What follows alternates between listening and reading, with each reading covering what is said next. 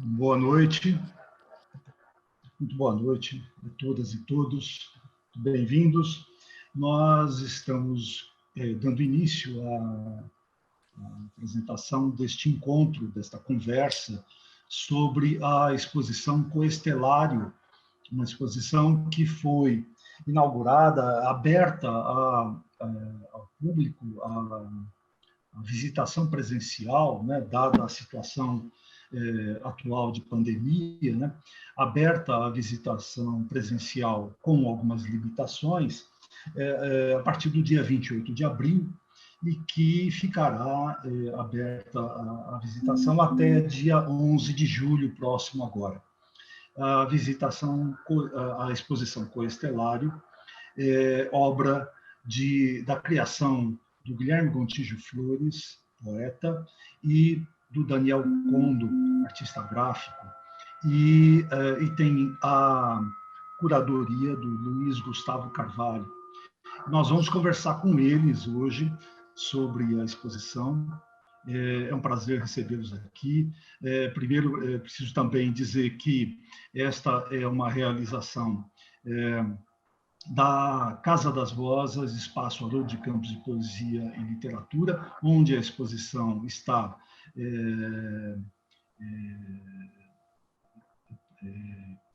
onde é possível visitá-la presencialmente de quarta a sexta, a partir de meio-dia até as 4 da tarde, com agendamento, né? Isso pode ser, o agendamento pode ser feito através do site da Casa das Rosas. A Casa das Rosas, que é gerenciada pela Poiesis e para a Secretaria de Cultura do Estado de São Paulo. Muito obrigado, Guilherme, Daniel e Gustavo, pela presença, pela participação aqui conosco nesse encontro. Vamos conversar sobre a exposição. Eu começo apresentando nossos convidados. Só um momento, por favor. O Luiz Gustavo Carvalho é o curador da exposição, é artista, curador e pianista, e vem desenvolvendo um trabalho como curador independente em importantes museus, centros de arte e galerias do Brasil, Europa e Ásia. Foi responsável pela apresentação, mais recentemente, no cenário da arte no Brasil, de artistas como Antena Sulcos, Sergei Maximishin e McAdams. É fundador e diretor artístico do Festival Artes Vertentes e integrou a comissão artística do Zeitgeist Festival em Berlim. Guilherme Gontijo Flores é poeta, tradutor e professor de latim na Universidade Federal do Paraná. Autor de livros, entre outros, os livros de poemas Brasem a Nós, em 2013, depois a tetralogia poética Todos os Nomes que Talvez Tivéssemos, em 2020. É também autor de Carvão Capim, em 2017. É tradutor de livros como Anatomia da Melancolia, de Robert Burton, de Elegias de Sexto Propércio e Safo Fragmentos Completos, entre outras obras. É também coeditor do blog Scamandro e faz parte do grupo de performance e tradução Pécora Louca. O Daniel Condo é artista gráfico, iniciou sua carreira como ilustrador em publicidade, atualmente ilustra a coluna Últimas Palavras do jornal Estado de São Paulo. Em 2009, participou da Flipzona para apresentar seu trabalho sobre tecnologias digitais na produção do livro Surfando na Marquise. Foi finalista do Prêmio Jabuti na categoria Ilustração com os livros Minhas Contas e Surfando na Marquise. Muito obrigado, muito bem-vindos, Guilherme, Daniel, Gustavo. Nós vamos começar esse encontro vendo um vídeo, assistindo um vídeo que mostra um pouco da exposição Coestelário. Caio, você pode colocar o vídeo, por favor?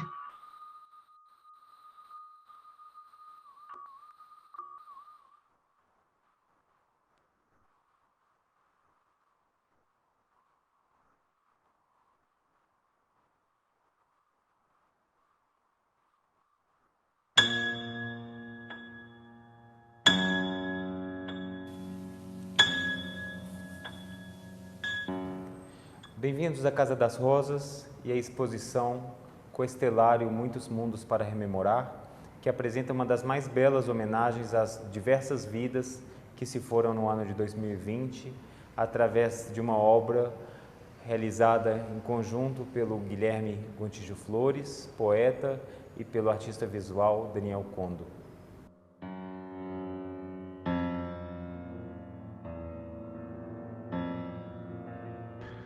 A ideia de fazer o Coestelário em parceria com Daniel Condo foi uma continuidade muito natural das nossas parcerias. Uma delas é o livro A Mancha. E veio também de um sentimento de frustração com a dor das perdas de vários nomes, sobretudo da cultura, onde a gente é mais ligado, e com a falta de reconhecimento por vários desses nomes, né? Então a gente teve o desejo de unir, fazer pequenos poemas visuais em parceria, que fossem homenagens e que não caíssem muito na ideia de um luto de só perda, mas que, fazendo essa pequena homenagem, tentasse reconhecer o rastro da contribuição dessas pessoas e como esse rastro continua conosco. A relação das obras foi construída num experimento, essa é a grande verdade, né? As primeiras, a maioria foram feitas a partir das imagens que o Daniel produzia e eu depois fazia um poema, mas com o tempo a gente percebeu que tendia a funcionar melhor se o texto viesse primeiro e a imagem depois. Mas na maior parte das vezes a gente troca bastante ideia, né? Então eu mando o texto, o Daniel pode mexer um pouco no texto, ele faz a imagem, essa imagem eu dou uma ideia, dou alguma sugestão que ele incorpora. Por vezes o movimento da imagem faz com que se mude o texto para chegar a um resultado melhor. Então é um movimento simbiótico e de partilha mesmo. E eu acredito que o resultado disso é uma poética que tem uma autoria, claro, uma dupla assinatura nossa, mas que também é de um desejo de não dominar as coisas e que ela possa servir como uma rede poética e visual que celebre os nomes daqueles que se foram, né? Então, mostre o peso do início da pandemia em 2020, quando a gente achava que esse seria talvez o único ano de pandemia, e agora a gente vê que não, mas que celebre aquelas perdas daquele ano como algo que continua, né? Como uma, uma rede de um cemitério, mas um cemitério que aponta para como as vidas continuam, né, nos outros, nas partilhas. Através das 72 estelas apresentadas aqui no espaço expositivo, o público tem a oportunidade de observar uma obra onde a literatura se funde às artes visuais, resultado de uma extensa pesquisa do Guilherme e do Daniel, não só no universo das pessoas homenageadas, mas também em fontes, pictorialidades e poéticas apropriadas a cada uma dessas homenagens.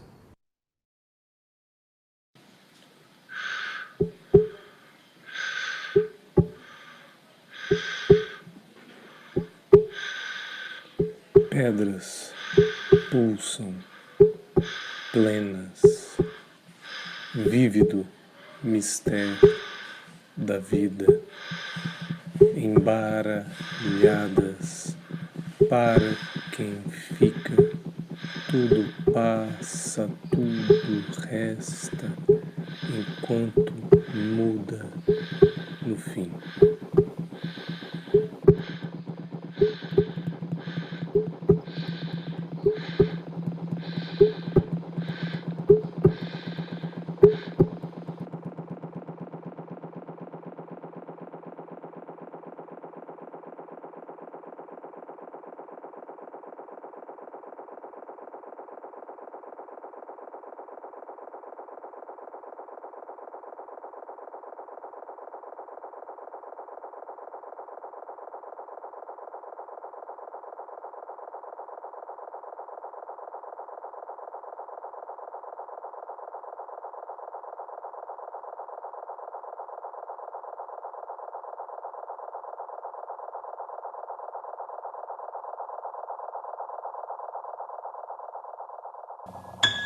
Uma homenagem contínua a algumas das grandes perdas que tivemos em 2020, em que se foram muitos mundos de uma vez.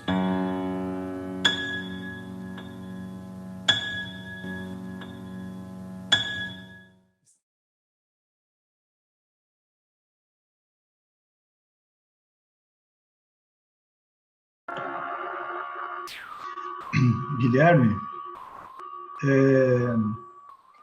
eu queria começar com você perguntando para você o seguinte, pedindo para você falar sobre a concepção do trabalho, e eu começaria, inclusive, perguntando para você sobre o título coestelário, que é um título, uma palavra que é um neologismo, é uma criação a partir da palavra estela, né? Apareceu ali no vídeo que nós vimos uma explicação de onde vem essa palavra estela, né, para o público. Queria que você falasse um pouco sobre o título e sobre a concepção desse trabalho e quando você começou a pensar nele, você e o Daniel começaram a conversar com eles, foi logo após o início da pandemia, enfim, e das consequências da pandemia. Queria que você começasse a nos falar um pouco sobre como foi a concepção desse trabalho. Boa noite, Júlio. Boa noite, pessoal. Bom, alegria estar aqui conversando com vocês. Bom, Júlio, a ideia, na minha memória, partiu do Daniel. Como eu falei ali naquele vídeo, a gente já vinha fazendo uma parceria com o livro A Mancha. A gente tem uma afinidade pessoal grande, assim, a gente troca muita ideia. E ele me propôs tentarmos fazer algumas imagens com texto para algumas figuras que a gente tinha perdido no começo do ano. Eu acho que isso ainda era final de abril, começo de maio. A gente já tinha a pandemia do Brasil, mas ela ainda não tinha chegado a números assim estrondosos, né? Como a gente viu que viria a ser. E a gente percebeu que a gente já estava em clima de luto, né? Eu já estava resguardado em casa desde março, como servidor público, já tinha me resguardado com a minha família. Eu já tinha mais de mês trancado, a coisa parecia que ia se alongar mais mesmo do que inicialmente. E ali eu sei que em maio a gente começa a fazer os primeiros testes mais concretos e trocando ideias para saber o que era, porque não foi um projeto que surgiu concreto, assim, vamos fazer o coestelário, a ideia é essa e depois vamos fazer as obras. A gente começou fazendo alguns testes, algumas homenagens, algumas figuras mais das artes, inclusive, que nos tocaram pela perda. O tom, inclusive, inicial era mais de lamento, dos primeiros, assim, pelas perdas. E eu acho que o que deu clique para a gente foi perceber que, por exemplo, a Secretaria da Cultura Federal não estava fazendo praticamente nada. Os nomes fundamentais da cultura brasileira estavam se indo sem uma nota pública de despedida e de luto. Então a gente decidiu fazer isso como um ato de luto pessoal. E pouco tempo depois a gente apresentou o projeto para a Companhia das Letras e a Companhia das Letras abraçou o projeto. E aí nesse momento a gente decidiu pegar o ano de 2020 e fazer uma homenagem a um grande número de perdas de 2020, não só da Covid. Muita gente achou que a gente estava homenageando só pessoas que faleceram por Covid, mas não era pegar o ano como um ano emblemático. Todo ano sempre há grandes perdas, mas é um ano traumático do ponto de vista simbólico e real, né? Houve mais perdas mesmo, e há um trauma e um luto coletivo da distância, né? Da perda do espaço coletivo, eu diria. E eu acho que isso, aí a gente começou a trocar muita ideia e eu falei, eu como professor de latim e de grego, falei, isso está me lembrando muito as estelas funerárias antigas, né? Que são pedras com homenagem, geralmente um texto, às vezes havia algum desenho, em que o morto fala com os vivos, ou alguém que ama o morto fala com os vivos, e a maior parte das vezes essas estelas têm uma injunção à vida. Elas não querem que você pare, porque elas ficavam nos caminhos. Os cemitérios não eram lugares fechados, mas eram nos caminhos das cidades, né? Então, quando você estava entrando numa cidade, você via os túmulos, e esses túmulos geralmente eram um incentivo para você viver, contando algo que a pessoa deixou entre os vivos e incentivando que você, vivo, cuidasse da sua vida, vivesse bem. E aí, a partir dessa troca de ideia, a gente foi percebendo também que, para falar de tanta perda, a gente tinha que pegá-lo não pelo viés do luto só, quer dizer, da lamentação imediata pela perda dessas pessoas, mas pela percepção de que, se a gente sente falta delas, é porque elas permanecem como uma continuidade, né? As obras, e aí figuras de ordem vária, da ciência, da cultura, da política, do rádio, da mídia, né? De algum modo permanecem porque nós, os vivos, carregamos o rastro dessas obras, que são, no fundo, partilhas de vida, né? São produções que extrapolam a individualidade. Então, ganhou esse tom de... Não é celebratório nem funerário, no sentido de choro, mas de tentar marcar isso que, através das pessoas, continua vivo. E depois de conversar muito, pensar nesse conceito de estela, eu propus o título para o Daniel, e ele gostou, de coestelário, né? Lembrar uma constelação, porque essas figuras, de algum modo, luzem para a gente, né? Mesmo mortas, né? E remeter à palavra estela, que é essa pedra, tem essa ambiguidade da estela com a estrela, né? São etimologias diferentes, mas tem esse vínculo. E aí, ao invés de ser um constelário, eu sugeria, vamos fazer coestelário, porque a gente tem a estela e tem a constelação que aparece como uma série de luzes, mas não todas, né? Também no céu estrelado a gente sabe que a gente não vê quase nada das estrelas reais que existem no universo, mas um tanto a gente vê, algumas já desapareceram no seu local, mas a luz ainda chega até nós.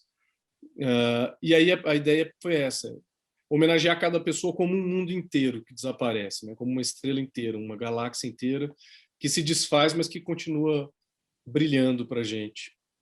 Então, enfim, acho que esse seria um bom resumo de como foi a ideia. E a gente começou a fazer essa troca contínua, estabelecemos um escopo até para poder terminar. Se a gente não terminasse, a gente também é um peso muito grande para carregar como indivíduo. Eu acho interessante que o título é compósito, com essa ideia do coestelário e sugerindo a própria ideia de constelação, né? Assim como também o trabalho é compósito, né? Porque envolve duas linguagens diferentes, a linguagem verbal e a linguagem visual.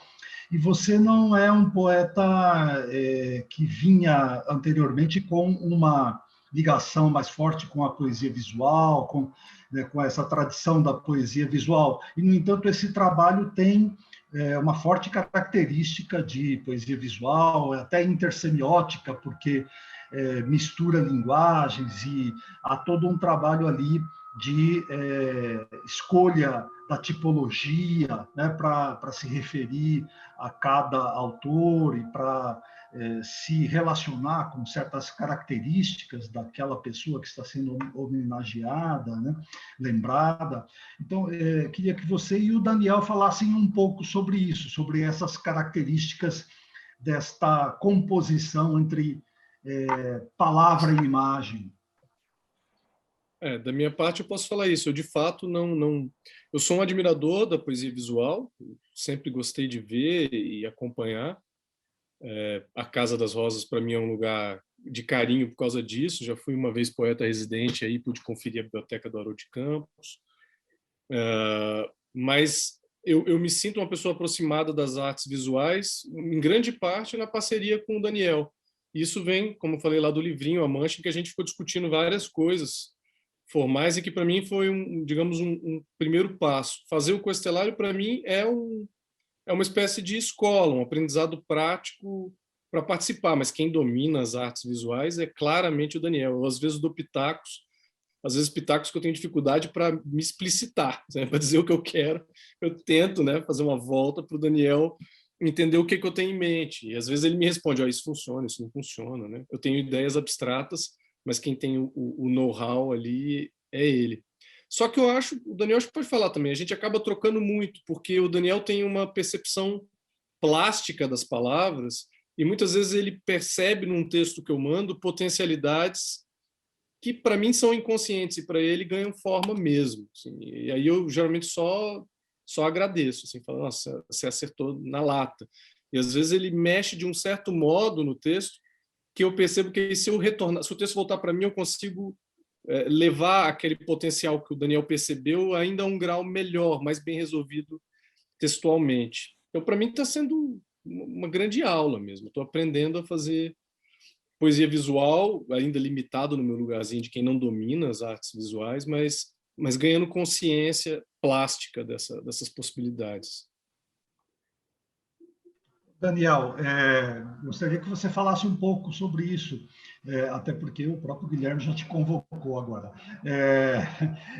Que você falasse um pouco sobre esse trabalho entre o verbal e o visual é a sua área, né? E você é um grande artista gráfico. Eu queria que você falasse um pouco como foi essa colaboração com o Guilherme nessa série de trabalhos. São 70 já no total, não?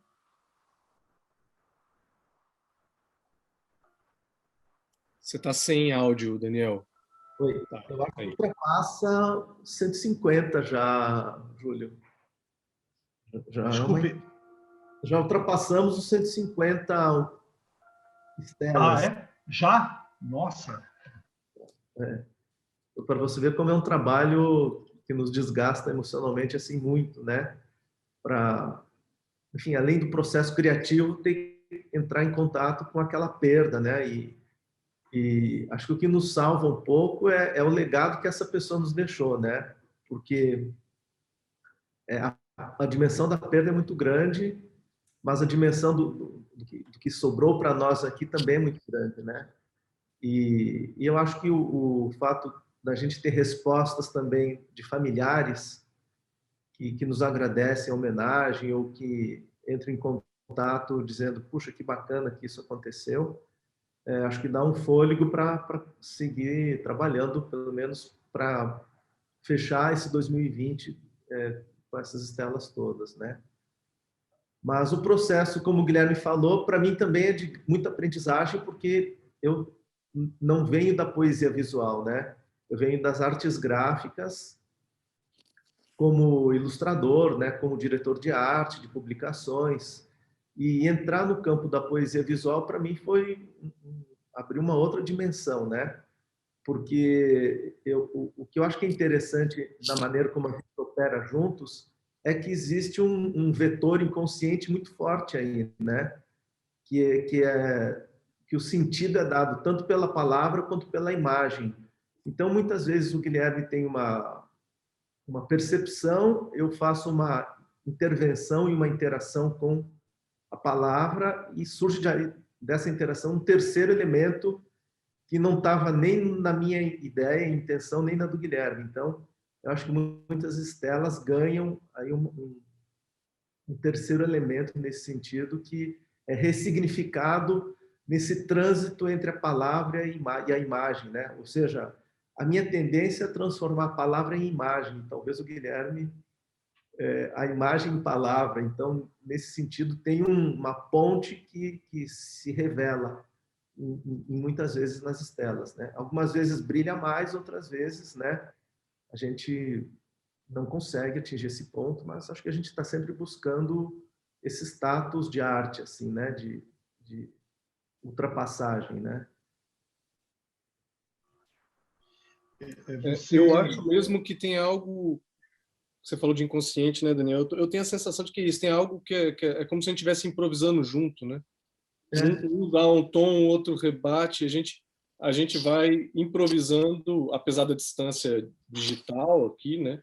Mas muita coisa vai surgindo muito organicamente, sem a gente não esquematiza antes, né? Não é tipo assim, essa estela a gente senta e desenha e projeta e cada um tenta resolver tecnicamente, mas é algo que vai se produzindo na troca e chega a lugares que não estavam no primeiro script, assim, na primeira ideia de nenhum dos dois, e que ao fim os dois concordam que é a solução melhor que a gente consegue para aquela figura que a gente quer homenagear. Então, eu, pelo menos, fico muito satisfeito, inclusive, com esse grau de não controle total. Assim. Tem um grau de aceitar o resultado final, mas não é esquemático a priori, praticamente nada.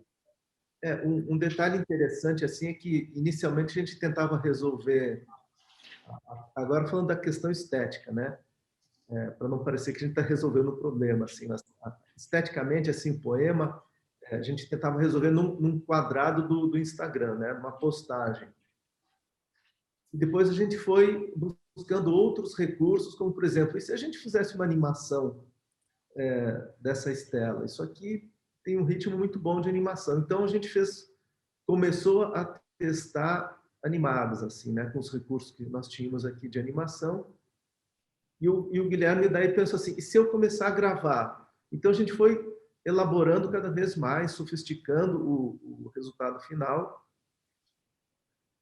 E depois a gente pensou assim, se a gente chamasse outras pessoas para participar do projeto? Aí ele explodiu, assim, né? Então, daí o Gustavo coordenou bastante dessa parte aí de convocar as pessoas para gravarem as estelas, né? Algumas estelas a gente fez com uma vinheta de abertura e tal, e outras completamente diferentes, assim. Então, a gente teve participações aí de estrelas de verdade, assim, né? Como, por exemplo, a Tulipa Ruiz, que gravou uma estela, né? A Cláudia Abreu, que gravou uma outra estela, né? A Carol Nani, que gravou uma outra estela. Depois até pediria para o Caio rodar essas estelas também. E outras pessoas também daí dentro do universo aí da literatura também, né? Que são pessoas próximas aí do Guilherme, do Gustavo, que também fizeram leituras muito bonitas e muito emocionantes das estelas, né? Daniel, deixa eu perguntar o seguinte: houve casos em que o início foi uma imagem e outros em que o início era um texto? Acredito que no processo, quando a gente começou, acho que a imagem determinava o texto, né? O Guilherme fazia um texto para aquela imagem. Mas depois a gente foi sentindo que o processo meio que se inverteu, assim, né? Eu trabalhava em cima do texto do Guilherme, né? Eu tentava buscar elementos visuais dentro da parte textual, né? Poética. Então, mas, enfim, é uma coisa que a gente não tem controle. Às vezes pode ser a partir de uma ideia visual, mas talvez 70% depois do processo foi a partir do texto, né? Até porque o Guilherme ficava meio como um radar, assim, vendo dentro de um panorama o que se destacava, assim, olha, essa pessoa foi importante nessa área, vou fazer um poema para ela, para a gente registrar. Como ele tem mais habilidade, talvez, em se ordenar no espaço, no tempo, ele fala assim, olha, aqui essas três são importantes. Então, eu acho que ele meio que coordenava o nosso trabalho assim, já mandando o poema pronto, assim, né, para que eu trabalhasse visualmente, né? Agora eu queria perguntar para o Gustavo como é que foi que ele entrou nessa história, como é que ele teve contato com esse trabalho e como ele começou a pensar a curadoria dessa exposição. Gustavo, por favor. Boa noite, Júlio. Boa noite a todas, a todos. Eu conheci esse trabalho, na verdade, através da página do Coestelário no Instagram. Antes disso, eu conhecia já o trabalho de ambos, tanto do Daniel quanto do Guilherme. O Guilherme de uma maneira mais próxima, porque o Guilherme tinha sido convidado para participar de um festival cuja curadoria eu realizo em Minas Gerais, e foi logo no início de junho, ou seja, era muito ainda no início do processo, e foi um trabalho que eu me lembro que a primeira estela que eu vi me marcou já muito justamente por essa fusão de linguagens, onde é quase impossível você dissociar a literatura do universo visual. e sobretudo, também por ver dois artistas prestando uma homenagem a tantas vidas que se abreviavam, né, de uma maneira diária. Então, assim, eu passei a seguir essa página do Instagram diariamente e fui vendo justamente a complexidade dos universos que estavam sendo apresentados ali. E no início de agosto, se eu não me engano, eu entrei em contato com ambos, e nós começamos a conversar justamente sobre a potência que esse trabalho poderia adquirir, saindo desse universo virtual, no qual nós todos estávamos então confinados, né, e ganhando uma forma física, ocupando um espaço expositivo. Imediatamente eu acho que a ideia agradou tanto ao Guilherme quanto ao Daniel, e nós começamos a fazer um bate-bola de como isso poderia então tomar corpo, e logo em seguida a Casa das Rosas recebeu a nossa proposta com muito carinho, com uma generosidade muito grande através do Marcelo e de toda a equipe da Casa das Rosas. E eu acho que justamente ver essas estelas erguidas no espaço, como elas estão na Casa das Rosas, que é algo justamente que se mantém fiel a origem das estelas funerárias, como o Guilherme disse aí mais cedo, né? É algo que nos traz, eu acho que dois aspectos muito importantes que a exposição proporciona. Por um lado, trazer a dimensão dessa dor que nós estamos passando como sociedade. Eu acho que ver todas essas estelas reunidas num espaço só, conversando através desse silêncio e desse espaço que separa uma obra das outras, é algo que um espaço expositivo permite muito mais do que num universo virtual. E, por outro lado, é uma exposição que, ao mesmo tempo, é um espaço que proporciona esse luto do qual nós estamos sendo privados, tanto pelo distanciamento social que se faz importante no momento, quanto por um desprezo em relação ao luto por partes da nossa sociedade. E eu acho que o Coestelário, nesse momento, ela é uma exposição assim, de uma importância singular, mesmo ser uma exposição intimista, e eu acho que esse caráter intimista é desejado por ambos os artistas, essa proximidade do espectador com a obra. Então, quem teve a oportunidade de entrar na Casa das Rosas durante o espaço expositivo vê que trata-se de obras justamente que demandam essa proximidade nossa, que, ao mesmo tempo, um momento onde pode ser feito não só esse luto, mas o encontro com a riqueza de tantos universos que se foram. Então, é uma exposição que permite também descobrir universos riquíssimos, e, como disse o Guilherme, não só preservar as nossas vidas, mas nas nossas vidas carregar esses universos que continuam, na verdade, aqui conosco, né? Então, assim, o legado que esses artistas, que esses ativistas, que esses cientistas deixaram, a gente tem a oportunidade, como sociedade, de mantê-los em vida, levando eles conosco no nosso dia a dia. Então, eu acho que isso foi o que norteou muito todos os eixos curatoriais que foram desenvolvidos, na verdade, durante o processo de preparação da exposição.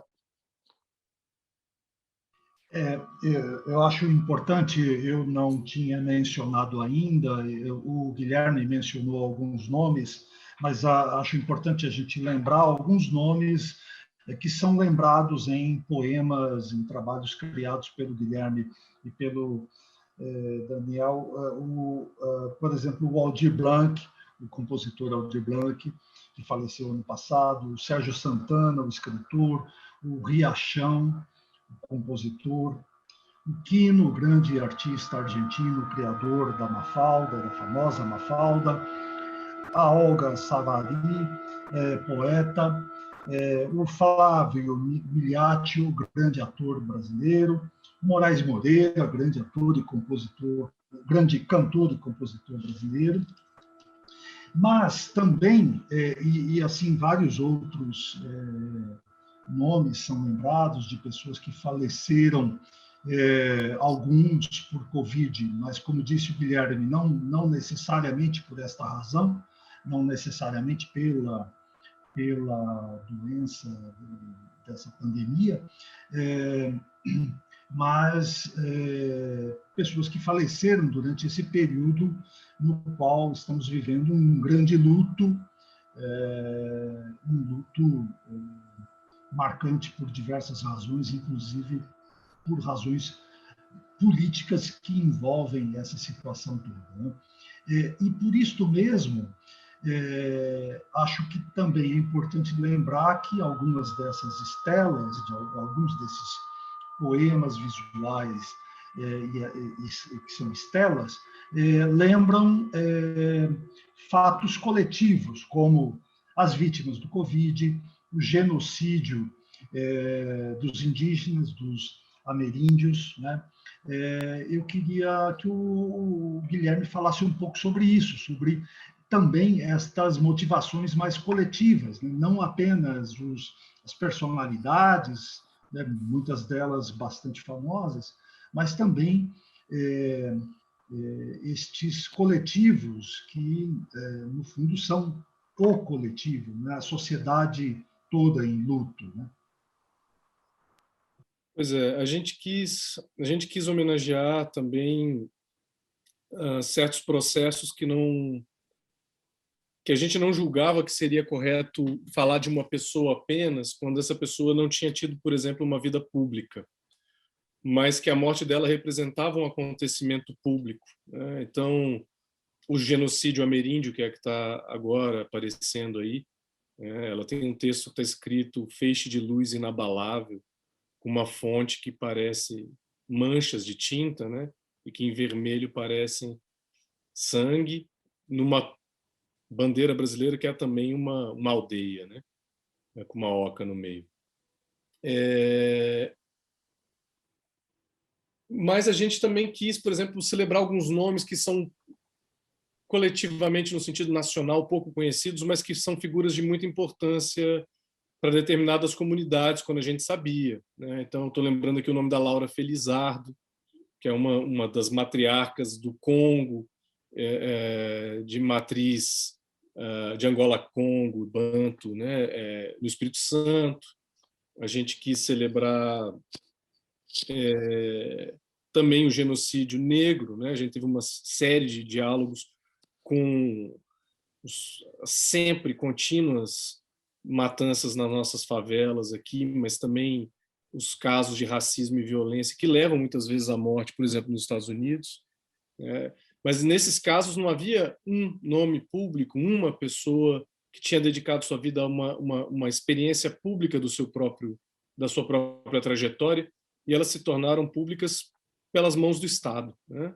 Então, nesses casos, a gente sentia uma necessidade muito profunda nossa de marcar como acontecimentos fundamentais de 2020 para a gente, como momentos de luto também, de luto e de luta, né? No caso do genocídio ameríndio, é claro, a Covid ainda foi um processo a mais, além das disputas por terra, que a gente vê continuamente, é uma comunidade mais vulnerável a infecções por um vírus, né? Então, houve também um número mais elevado de mortes.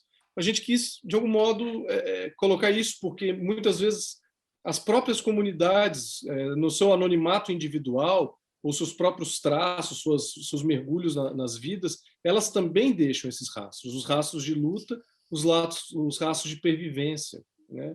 Mas no caso, enfim, a gente, claro, no caso dos indígenas, a gente também celebrou alguns nomes específicos, né? O Alapiti,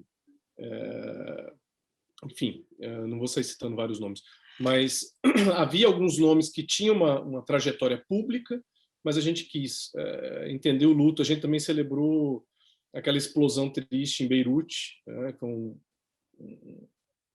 um caso específico, mas que também levou muita gente à morte. E, de algum modo, dentro daquele ambiente já de muitas perdas, aquilo era mais uma experiência coletiva de desamparo. Pelo menos foi como nos atingiu, né? Como mais um momento doloroso num ano que já tinha muitas dores. Então, decidimos produzir um para aquelas pessoas, novamente, não como cada indivíduo nomeado com sua trajetória, mas como um marco ali naquele acontecimento do qual nós, como humanos, como gente, não podemos nos sentir deslocados, né? Foi mais ou menos essa a ideia. E algumas delas eu pessoalmente acho que tiveram um resultado que eu fico feliz esteticamente. Essa do genocídio ameríndio, a do genocídio negro e a de Beirute, eu acho particularmente estelas pelas quais eu tenho um apreço do resultado final delas também. E eu acho, Guilherme, que tem uma outra estela que cabe mencionar aí, que é a estela que vocês fizeram para as queimadas, que é a única estela, na verdade, para seres não humanos, né? E que também é de uma complexidade assim impressionante, acho muito bem resolvida e necessária, né? Bom lembrar isso, Gustavo. Eu acho que o Caio já vai disponibilizar imagens para a gente aí. Vamos mostrar algumas outras imagens, né? Inclusive, o Daniel tinha mencionado um vídeo que também a gente vai mostrar.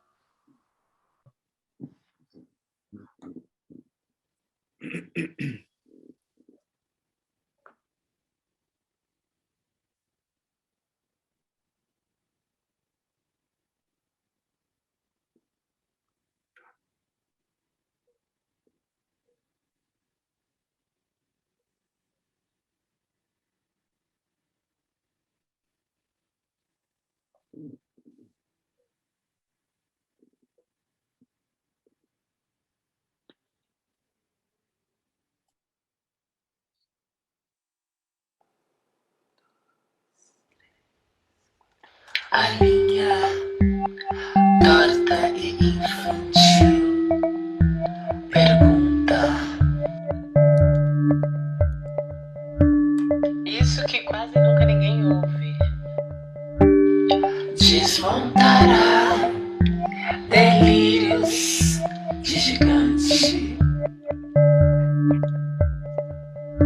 Isso que por preguiça ainda nos move direto ao contra que dá forma a gente.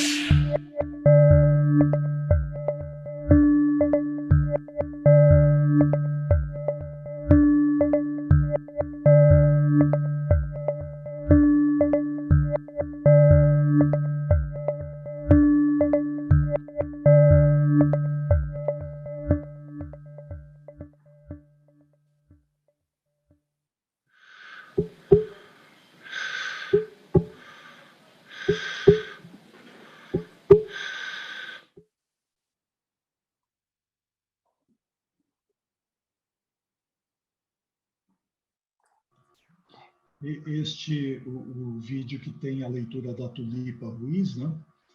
Vocês querem comentar? Eu acho, Júlio, que isso, na verdade, é justamente um desdobramento do processo que o Daniel falou anteriormente, de algumas estelas que ambos viram que poderiam tomar outros formatos do que simplesmente esse diálogo entre as artes visuais e a literatura. Quando nós recebemos o convite para trazer a exposição para a Casa das Rosas, que eu julgo também ser um lugar emblemático, é o primeiro espaço expositivo que está recebendo o Coestelário como exposição. Eu espero que outros espaços no Brasil possam também receber essa obra, que me parece muito importante nesse momento atual, mas nesse momento de pandêmico, onde o distanciamento social ainda continua sendo, mas em março, quando a exposição deveria abrir, a gente vivia um momento onde todas as atividades tiveram que ser interrompidas em São Paulo para se preservar vidas. Nós começamos a pensar como que essa exposição poderia estar presente para pessoas no universo virtual e, sobretudo, de uma maneira diferente do que a página do Coestelário, que já existia, continua ainda existindo, né? E aí nós tivemos a ideia de chamar pessoas que tivessem uma proximidade com as estelas que estavam sendo homenageadas, para fazer uma leitura ou uma performance dessa estela, e a Tulipa Ruiz fez isso de uma forma primorosa com a estela para o Quino.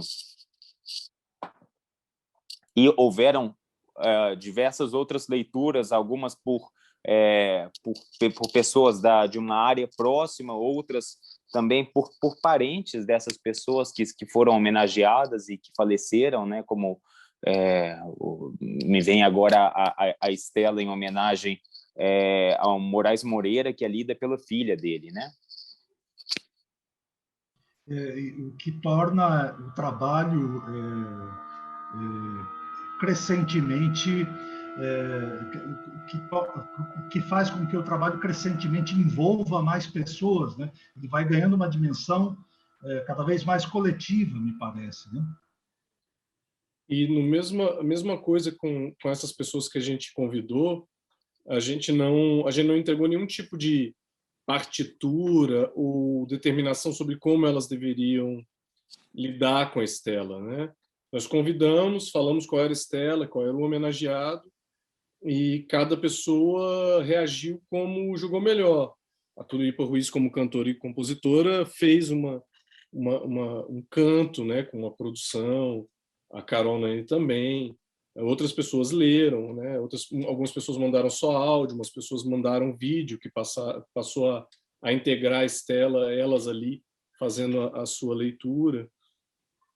O que, então, mais uma vez, né, é um lugar em que a gente saiu um pouco do controle total para abrir a estela para um desdobramento outro, em que essa pessoa convidada está convidada mesmo a participar da estela, e não a cumprir uma determinação nossa, né? Eles não são intérpretes de uma estela fechada, mas são pessoas para desdobrar a estela do modo como elas quiserem.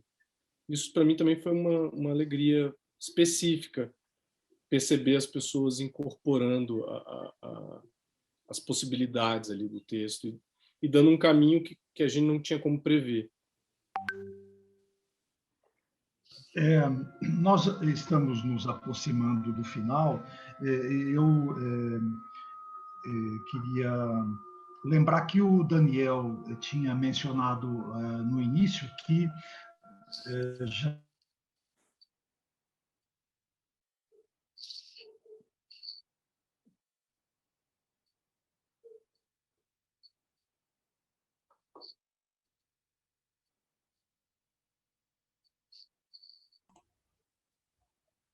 Parece que o Júlio caiu, pessoal.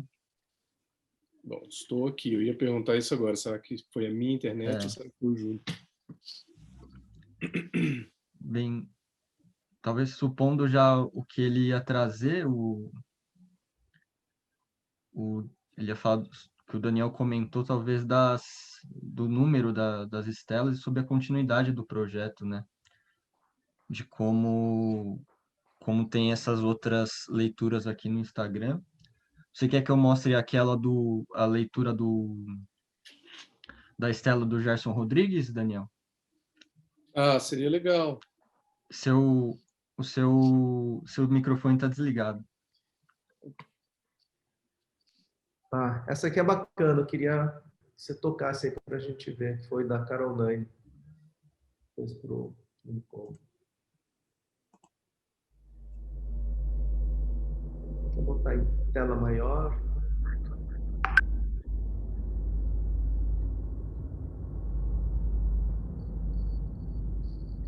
daqui eu não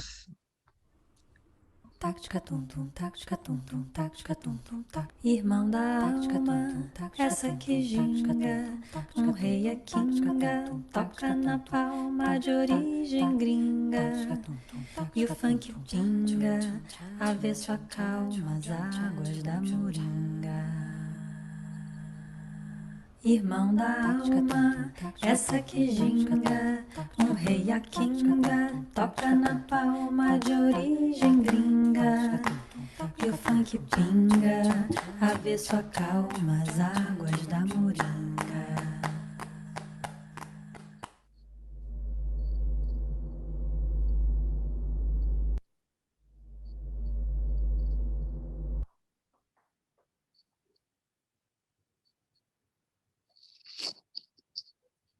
Essa eu não tinha em formato maior, Daniel. É como as pessoas recebem a Estela e fazem sua própria leitura, sua própria interpretação, né? Acho que tanto a Carol quanto a Tulipa, que são cantores e compositoras, né? Elas têm uma leitura muito particular, assim, né? Da interpretação da própria Estela, né? Tem também uma bonita do Ricardo, né? Guilherme, que fez uma leitura. Teria que buscar aí nas Estelas todas, né?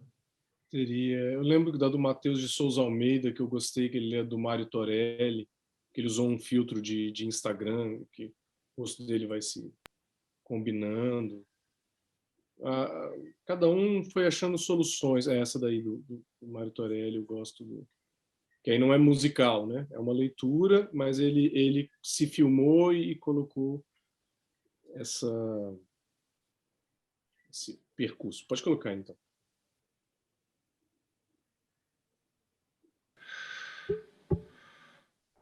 Na montagem de rastros, um facho vivo, onde a língua toca o osso e torreia, no presente, o tutano do mistério.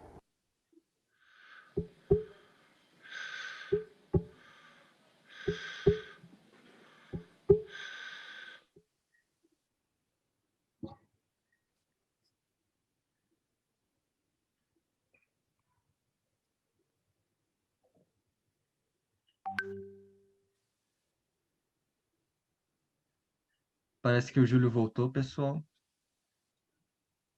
Sim, peço desculpas, eu tive um problema aqui com a conexão da internet, que caiu. Estou de volta.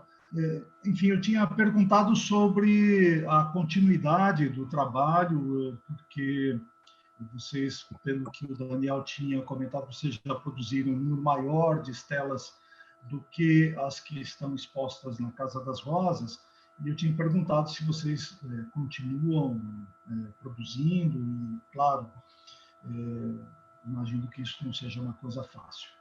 Mas, enfim, Guilherme, Daniel, se quiserem responder. Acho que a gente está no momento de fechamento do projeto já, sabe, Júlio? Talvez a gente tenha mais uma dúzia de estelas que a gente vai... Então, na nossa prancheta, assim, para concluir o projeto, né? E aí, em princípio, encerramos 2020, né? Com algumas exceções aí que a gente acabou acrescentando no telário ali, né?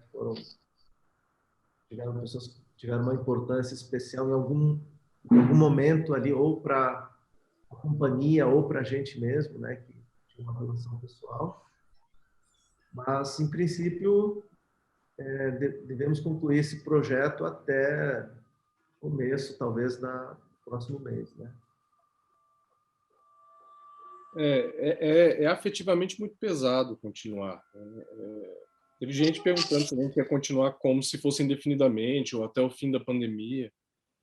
Mas é um peso grande porque muitos nomes a gente conhecia, ou um de nós conhecia mais, melhor, mas tem uma pesquisa, tem um vínculo afetivo de saber da perda da pessoa. Há uma preocupação que nunca acaba de saber se o resultado final... porque a gente não pede autorização para as famílias, a homenagem é nossa. Mas há uma preocupação de que isso de modo algum possa soar para a família como uma banalidade, né? Como um jogo literário. Então, é um assunto muito sério, muito delicado, que não pode, em momento algum, parecer mero jogo literário, mero jogo estético, né? Então, a gente está falando de vidas e de perdas de pessoas que ficam vivas, alguns admirando as obras e outros admirando a pessoa mesmo, né? O indivíduo. Então, esse peso a gente está carregando tem um ano assim, de estabelecer, mas nunca poder entregar algo apressado demais que possa sugerir para uma pessoa que ama essas pessoas que não foi feito com cuidado, que aquela pessoa não foi devidamente respeitada, né? Então há uma necessidade de encerrar o ciclo e a gente quando optou por fazer algo estabeleceu 2020 já pensando que seria um ciclo pesado, que a gente não imaginava, acho, ali em abril, maio, é que os picos mais altos no Brasil seriam ainda só em 2021, né? A gente não previa que esse clima de luto coletivo ia perdurar tão pesadamente por tanto tempo ali, em abril para maio, né? Então é isso, tem essa necessidade, mas a gente abriu algumas exceções já, acho que vamos acabar abrindo mais algumas, mas em geral por uma demanda ou nossa ou de alguém que pede especificamente para responder uma demanda muito específica, mas sem pretensões de seguir adiante.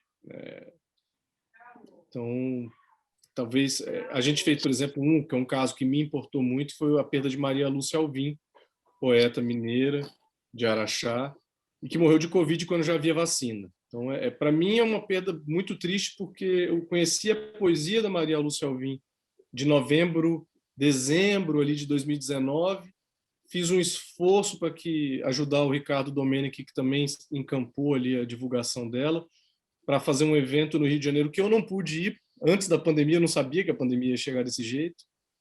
Não pude participar presencialmente, não pude conhecê-la presencialmente. Troquei algumas mensagens. A gente conseguiu publicar um livro inédito dela, mas, enfim, eu não pude conhecê-la pessoalmente, que era o meu plano de 2020. Conhecer Maria Lúcia Alvim, prestar minhas homenagens pessoalmente a ela. E ela falece em 2021, quando já havia vacina no planeta, ela idosa, morava num asilo. Quando ela começava a ser recuperada, relembrada, revalorizada, né? Exato. Então, para mim, foi um luto como se fosse uma pessoa próxima, apesar dela nunca ter sido, de fato, minha próxima, mas foi uma pessoa com quem eu me engajei em nome da obra dela. Então, eu pedi para o Daniel, falei, Daniel, eu queria muito homenagear a Maria Lúcia, apesar de já dela ser de 2021, e o Daniel topou. Eu achei que esse resultado ficou muito bonito também.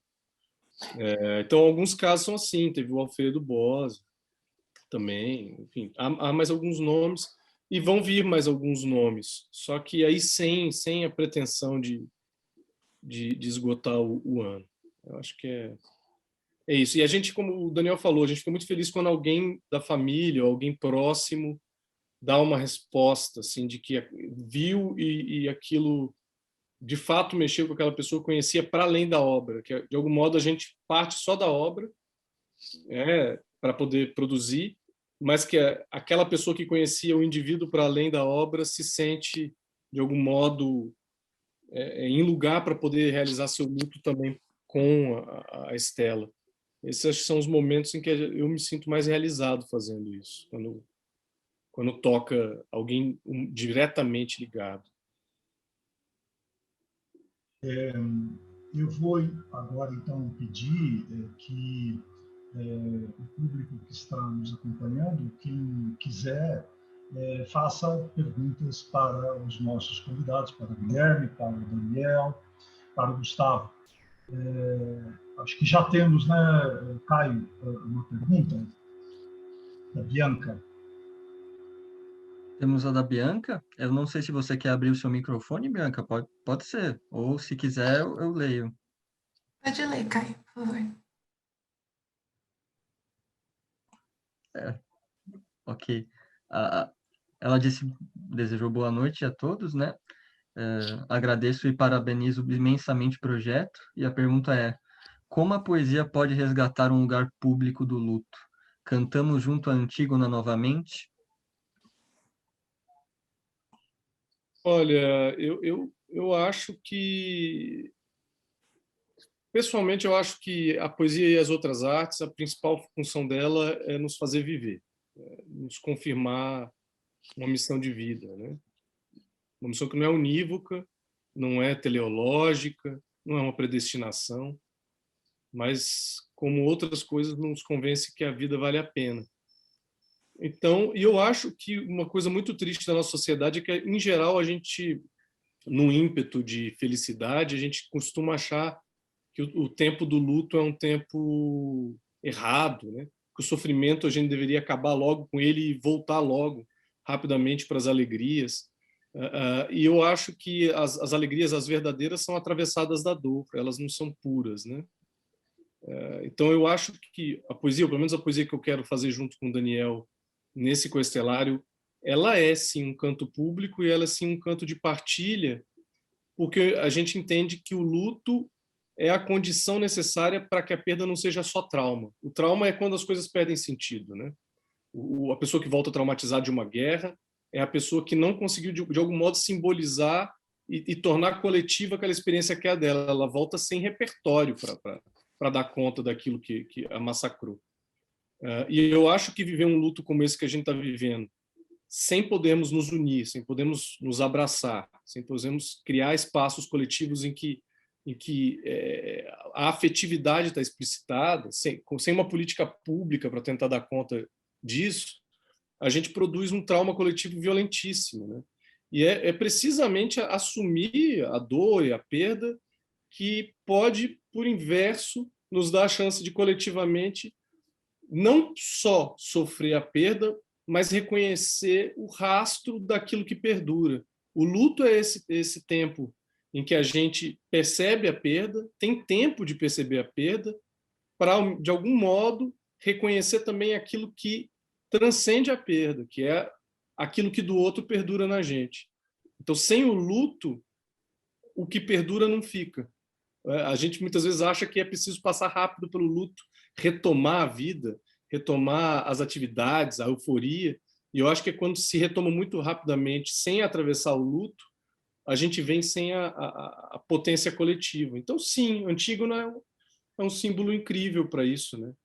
Antígona é afrontar o Estado querendo fazer o luto do irmão e depois também, de algum modo, ir até o limite do aceitável e do inaceitável na sua posição, que é fazer um luto de si, né? Que é o caso de Antígona, se entregar para ser sacrificada viva por causa de um crime que ela deliberadamente comete porque precisa fazer um luto que ela considera fundamental.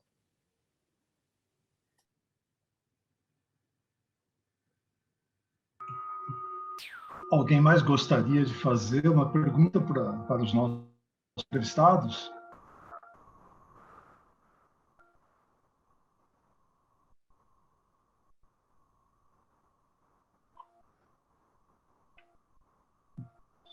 Bom, Guilherme, Daniel, Gustavo, acho que encerramos por aqui.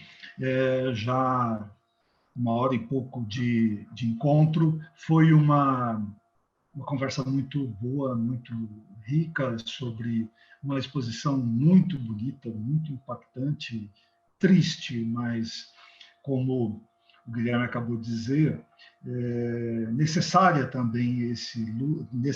esse luto, e um luto que envolve uma recriação, um repensar, né? E, portanto, uma forma de luta também através da criação poética e artística.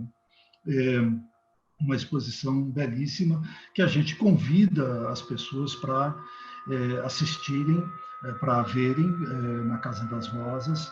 A exposição ainda estará presencialmente até o dia 11 de julho, sempre das quartas às sextas-feiras, do meio-dia às 16 horas, com uma correçãozinha. Agendamento. Oi, Caio. Só uma correçãozinha, aos sábados também. Desculpe, verdade, aos sábados também. Do meio-dia às 16, com agendamento prévio pelo site da Casa das Rosas. Eu agradeço muito ao Guilherme, ao Daniel, ao Gustavo, pela conversa, pelos depoimentos, e convido vocês a dizerem as últimas palavras de vocês, enfim, as despedidas de vocês desse nosso encontro. Eu vou começar pedindo aqui, agradecendo muito a acolhida da Casa das Rosas. Eu fico muito feliz de estar aqui junto com o Caio, com quem a gente já tem trocado muita ideia, com o Júlio, que eu já conheço de uma longa data, e estar com dois amigos, que são o Daniel e o Gustavo. O Gustavo, além de um amigo que toca um dos festivais mais incríveis do Brasil, ter abraçado a ideia do Coestelário não ser só digital, para mim foi assim um acontecimento, né, de fato. Porque eu acho que as coisas têm tempo diferente, né? Tem o tempo digital, que é um pouco acelerado, mas o tempo da exposição e essa acolhida da Casa das Rosas abre para poder ver as estelas com uma temporalidade outra, né? Menos acelerada. Então, eu estou muito feliz aqui de conversar com vocês. Valeu a Bianca pela pergunta também. E boa noite para vocês. Queria agradecer também a recepção da Casa das Rosas, né? Ver esse quadradinho aqui, esse tabuleiro de xadrez que a gente vê no Zoom, para mim é uma alegria ver que as pessoas podem se conectar digitalmente, né? E que é até um contrassenso, né? A gente se juntando aqui por um projeto que fala da morte, mas também de uma esperança, de um legado que ficou para a gente, né? E que a Casa das Rosas, né, continue, né? Porque eu acho que uma coisa importante é valorizar a memória, né? Que no Brasil a coisa se perde também quando a gente esquece, né? E que o projeto Coestelário aí, que está sendo tão bem tocado pelo Gustavo, possa ter fôlego para continuar sendo relembrado, rememorado por todos nós. Obrigado.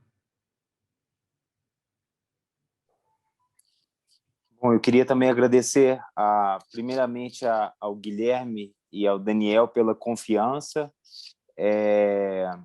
Tem sido um desafio muito importante no meu percurso como curador, lidar com essa exposição que, como eu disse, apesar de ser uma exposição intimista, eu acho que é um trabalho artístico aí que vai da literatura às artes visuais, que com certeza ficará na história, não só e não tem uma importância só nesse momento onde que nós atravessamos, mas eu tenho certeza que é uma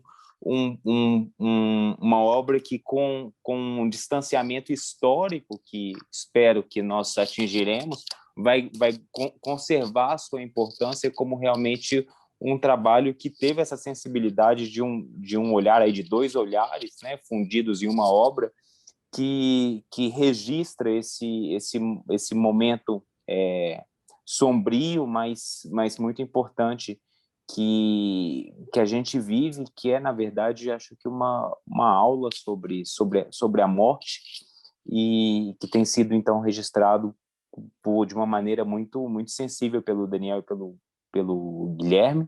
E não podia deixar de agradecer também a acolhida que a Casa das Rosas nos proporciona, abertura a todas as ideias que surgiram.